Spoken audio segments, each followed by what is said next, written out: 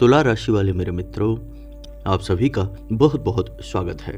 आपको जो चाहिए जीवन में वो सब कुछ हासिल होगा। घर के चार कोनों में रखें ये चार चीजें और आपका घर भी स्वर्ग बन जाएगा, फूलों की तरह महकेगा। दोस्तों, घर को आप एक साधारण स्थान ना मानिए दोस्तों।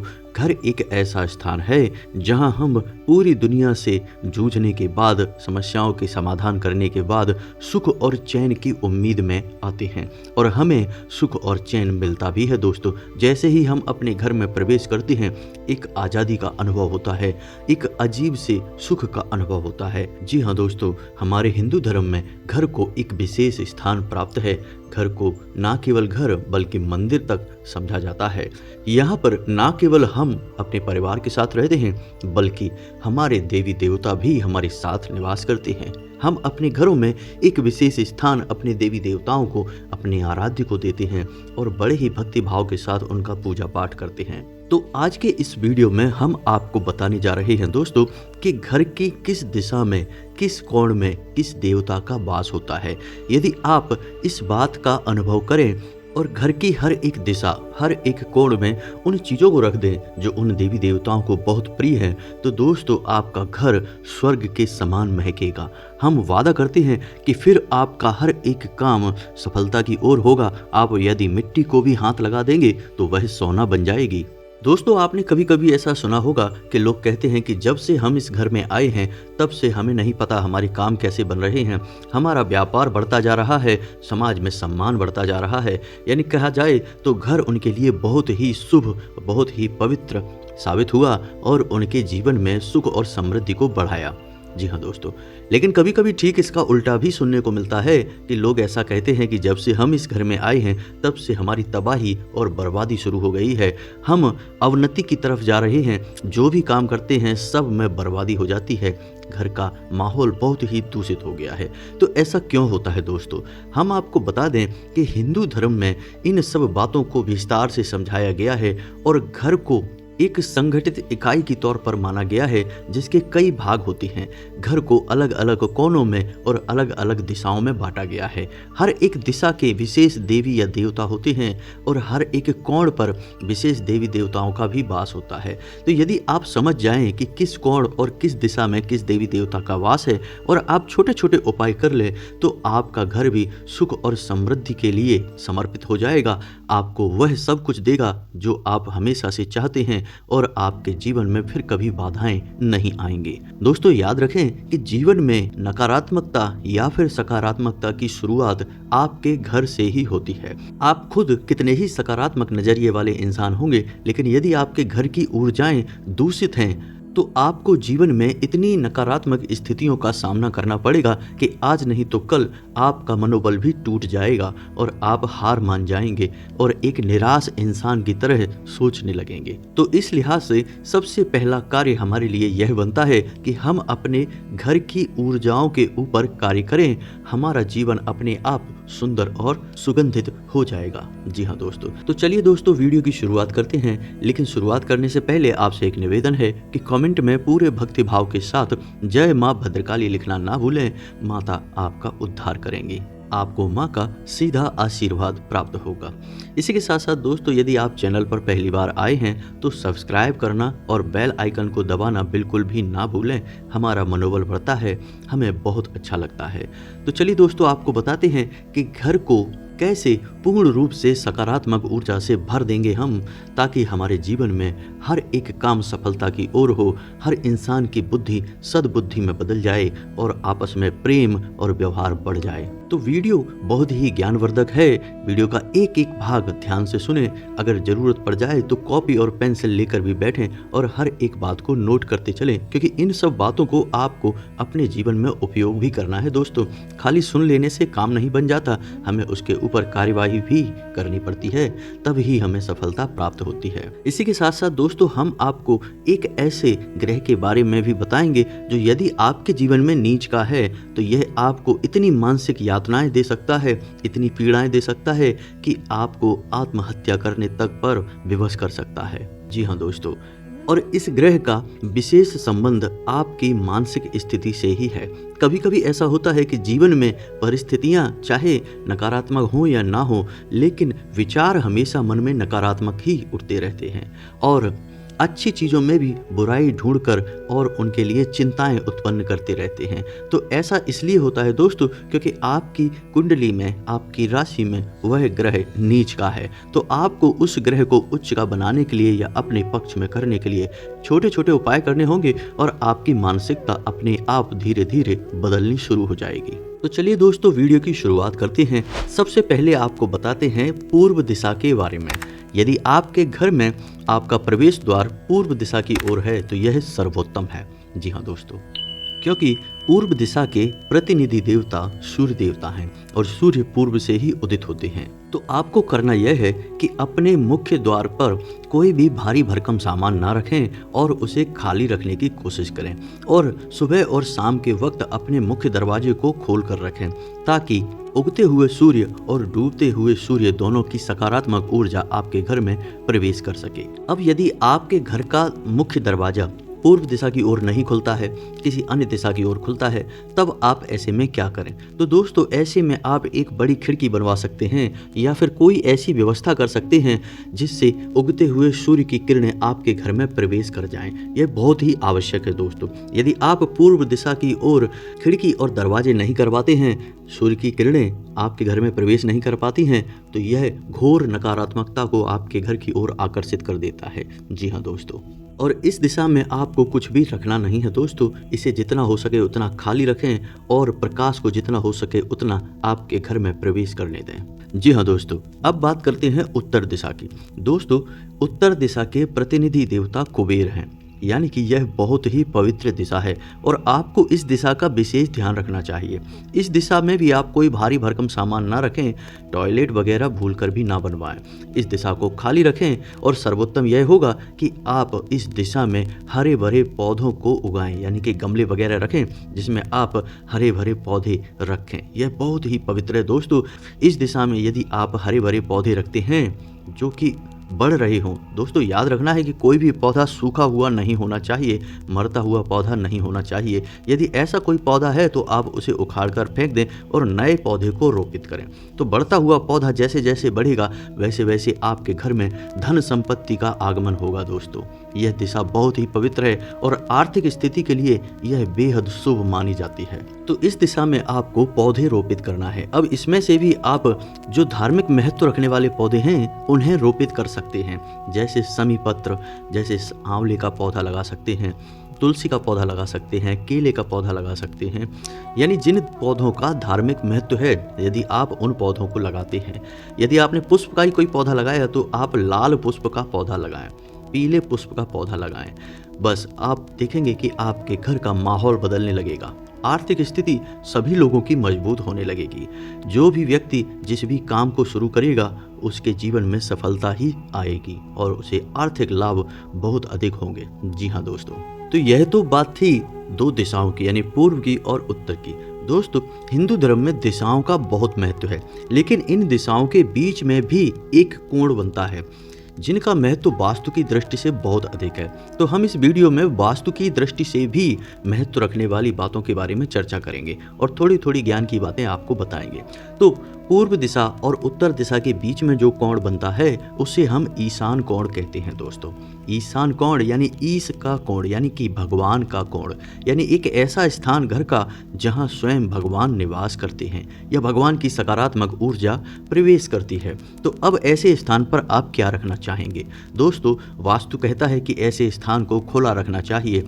कोई भी गलत सामान इस दिशा में नहीं रखना चाहिए। अब गलत सामान क्या होता है? जैसे कूड़े कचरे का ढेर, डस्टबिन, कोई भी त्याग की गई चीज़ें, यानी कि जो टूटी फूटी घर के सामान हैं और आपने उन्हें इस कोण में नहीं रखना है। जी हाँ दोस्तों, और सबसे बड़ी बात कि शौचालय इस दिशा में भूल कर भी नहीं होना चाहिए दोस्तों। यदि आपके घर का शौचालय इस कोण पर पड़ता है, यानी ईशान कोण पर पड़ता है, तो इस वास्तु दोष का कोई भी तोड़ नहीं है दोस्तों। यह सबसे भयानक वास्तु दोष है। इस कोण के टॉयलेट को, यानी कि शौचालय को आप जितनी जल्दी हो सके बंद करवा दें और उसे कभी भी प्रयोग ना करें। अब इस कोण पर आपको रखना क्या है दोस्तों, आप अपने घर के पूजा घर का निर्माण इस कोण पर कर सकते हैं। यह बहुत ही शक्तिशाली उपाय है दोस्तों। यदि आप अपने घर के ईशान कोण में पूजा घर का निर्माण करवाते हैं, पूजा पाठ करते हैं, तो यह तो भगवान की दिशा है, यानी कि आपके घर की सकारात्मक ऊर्जाएं कई गुना बढ़ जाएंगी और आपको बहुत अधिक लाभ प्राप्त होंगे दोस्तों। और इस दिशा को भगवान भोलेनाथ को भी समर्पित किया जाता है। भगवान भोलेनाथ का एक नाम ईशान भी है दोस्तों। तो ऐसे में आप क्या कर सकते हैं, अपने घर की छत पर इस कोण पर भगवान भोलेनाथ का एक छोटा सा शिवलिंग, जी हाँ दोस्तों, एक छोटा सा शिवलिंग स्थापित कर सकते हैं और आप उस पर जल अर्पित करिए, सच्चे मन से पूजा पाठ करिए। आप देखिए कि दुनिया की बड़ी से बड़ी नकारात्मकता भी आपके घर में टिक नहीं सकती है। हर एक नकारात्मक शक्ति आपके घर से भाग जाएगी, कभी मुड़कर वापस नहीं आएगी। यह बहुत ही शक्तिशाली उपाय है दोस्तों। आपसे एक बात हम कहना चाहते हैं कि हम यहाँ पर दिशाओं की और कोण की बात कर रहे हैं, यानी दिशाओं के बीच में बनने वाले कोण की। तो आपको भ्रमित नहीं होना है, ध्यान से वीडियो को सुनना है और समझना है, आपको संपूर्ण बातें अच्छी तरह से समझ में आ जाएंगी। अब एक छोटी सी बात और आपसे कहना चाहते हैं कि कभी कभी हमारे कमेंट बॉक्स में हम देखते हैं कि कुछ लोग तरह तरह की बातें लिख देते हैं और नीचे अपना मोबाइल नंबर भी दे देते हैं।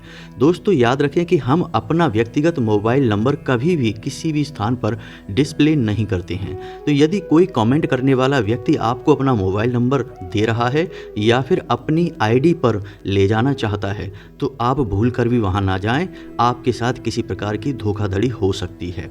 हमने ऐसा कई बार देखा है, इसलिए हम आपको बता रहे हैं। हमारा धर्म है कि आपको किसी भी प्रकार की धोखाधड़ी से दूर रखा जाए दोस्तों।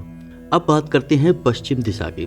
दोस्तों पश्चिम दिशा के देवता वरुण यानी कि जल के देवता हैं।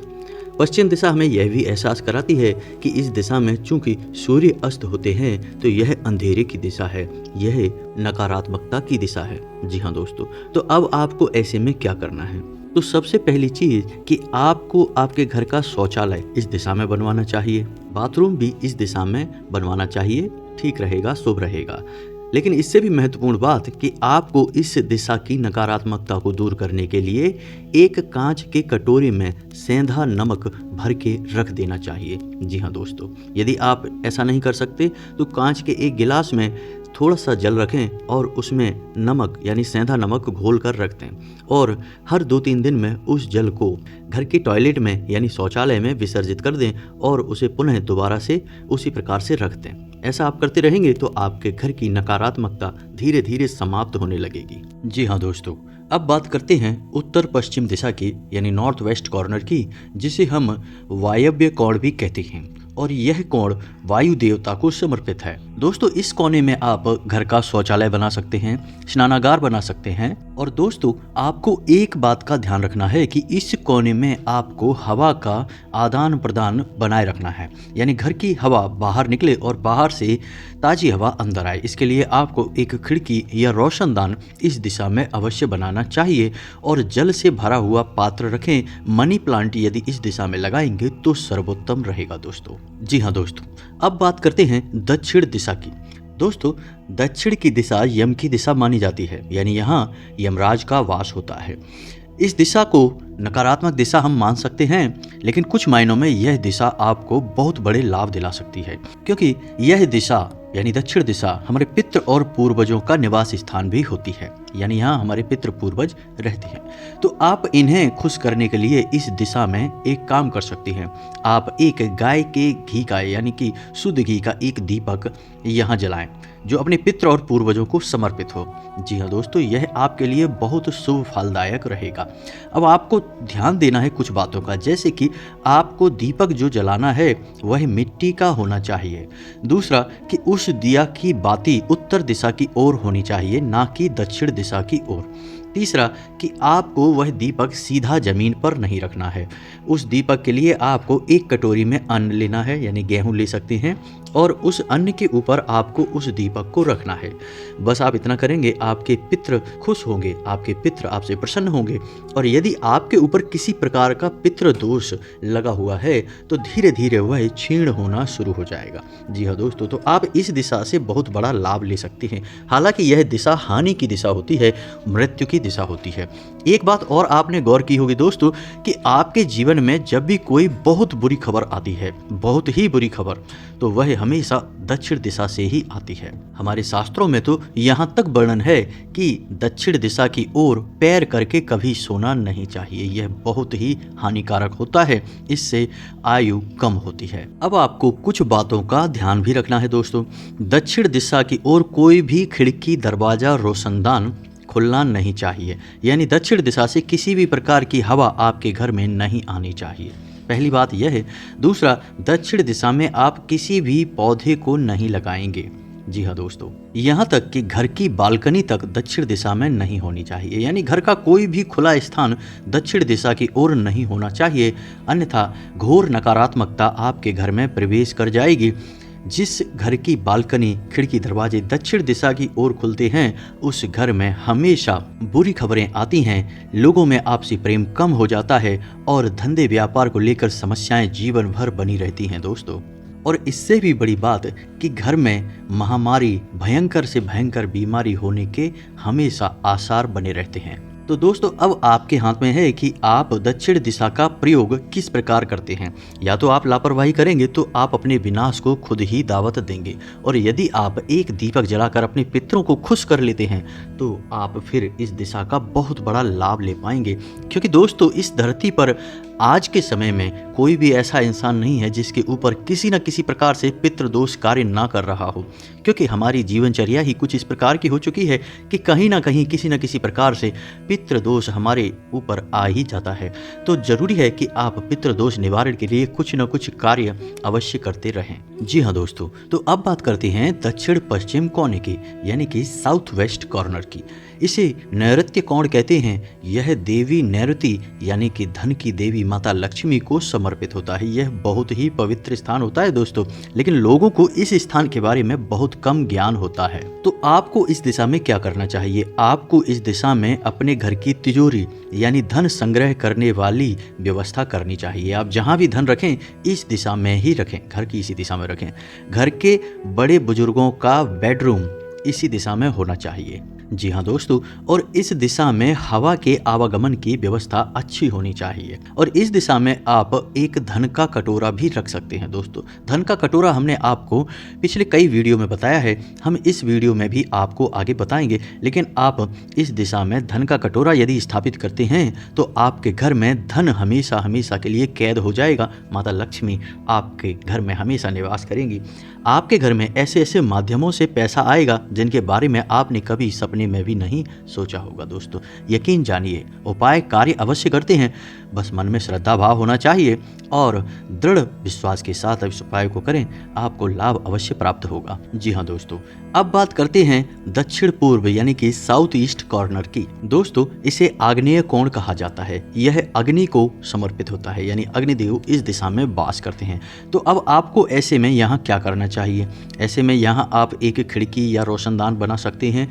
हवा का प्रॉपर आवागमन होना चाहिए। दूसरा, इस दिशा में आप किचन बना सकते हैं, यानी रसोई घर यदि इस दिशा में है तो सर्वोत्तम है। और यदि आप इस दिशा में रसोई घर नहीं बना पा रहे हैं तो आप कम से कम एक दीपक इस दिशा में यानी कि दक्षिण पूर्व कोने में, जिसे हम आग्नेय कोण कहते हैं, यहाँ पर एक दीपक रोज अवश्य जलाएं। जी हाँ दोस्तों, हमारे धर्मशास्त्रों में दीपक का बहुत बड़ा महत्व है। यहाँ तक कि दीपदान की प्रक्रिया से भी हम अपने बुरे समय को या अपने नकारात्मक समय को काट सकते हैं। जी हाँ दोस्तों, तो दीपक का बहुत बड़ा महत्व है। आप यदि दीपक सही तरह से सही दिशाओं में जलाते हैं तो आपके घर में बहुत सकारात्मक वातावरण बन जाता है और आपके जीवन में उन्नति ही उन्नति प्राप्त होती है। जी हाँ दोस्तों, तो उम्मीद है आपको घर की व्यवस्थाओं से जुड़ी हुई यह सारी जानकारी अच्छी लगी होगी। अब हम आपको बताते हैं कि वह कौन सा ग्रह है जो आपको बहुत बुरी तरह से प्रताड़ित कर सकता है, आपको मानसिक यातनाएं दे सकता है। उस ग्रह का नाम है राहु।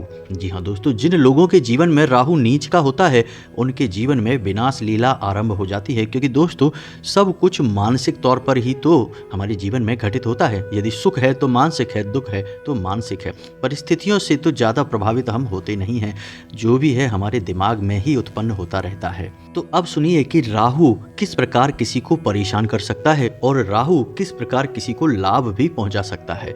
दोस्तों, हमारे शास्त्रों में वर्णन है कि जब समुद्र मंथन में अमृत बाहर निकला तो तमाम देवी देवता उस अमृत को पान करने के लिए आगे बढ़े, क्योंकि जहर का पान तो भगवान भोलेनाथ ने कर लिया था। अब अमृत की बारी थी और देवता इसका पान करने लगे।